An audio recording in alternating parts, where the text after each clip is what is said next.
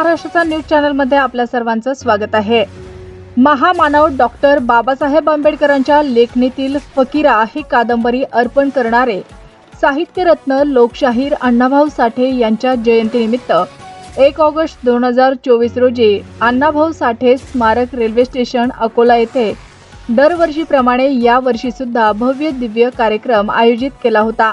या कार्यक्रमामध्ये आमचा सामाजिक कार्याबद्दल सत्कार करण्यात आला। अतिशय चांगल्या पद्धतीने हा कार्यक्रम दरवर्षी आयोजित केला जातो। या कार्यक्रमामध्ये आम्हाला बोलण्याची विनंती केली, त्यानंतर मी भाषण देण्यासाठी सुरुवात केली।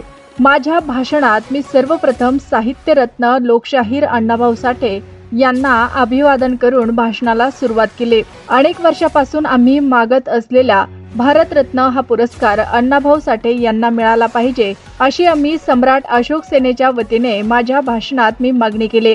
ज्यांनी या देशाचे नाव जगाच्या कानाकोपऱ्यात पोहोचवण्याचं काम केलं, सिंहाचा वाटा असणारे अण्णाभाऊ साठे यांनी देशासाठी महान कार्य केले।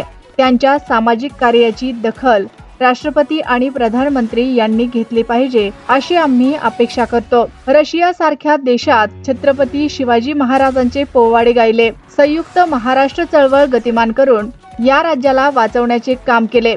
अनेक देशहिताचे कार्य अण्णाभाऊ साठे यांनी केले, त्याचा विसर पडू नये। आमचा एकच उद्देश आहे की अण्णाभाऊ साठेंचे कार्य घरोघरी पोहोचवण्याचा एक विचार माझ्या भाषणातून मी मांडला। या ठिकाणी मला बोलण्याची संधी आणि माझा सत्कार केल्याबद्दल आयोजकांचे मी मनापासून धन्यवाद व्यक्त करतो आणि सर्व देशवासियांना साहित्यरत्न लोकशाहीर अण्णाभाऊ साठे यांच्या जयंतीनिमित्त हार्दिक शुभेच्छा देतो। सम्राट अशोक सेना, महाराष्ट्र राज्य, आकाशदादा शिरसाट। जग बदल घालून निघावं, माझं सांगून गेले भीमराव। या कार्यक्रमात जिल्ह्यातील सर्व सामाजिक व राजकीय कार्यकर्ते उपस्थित होते। सगळ्यांनी मोठ्या उत्साहात जयंती साजरी केली। जय लहूजी, जय भीम, जय अण्णा। ताज्या बातम्या पाहण्यासाठी आवाज महाराष्ट्राचा या आमच्या न्यूज चॅनलला सबस्क्राईब करा। व्हिडिओ आवडल्यास व्हिडिओला लाईक आणि शेअर करा।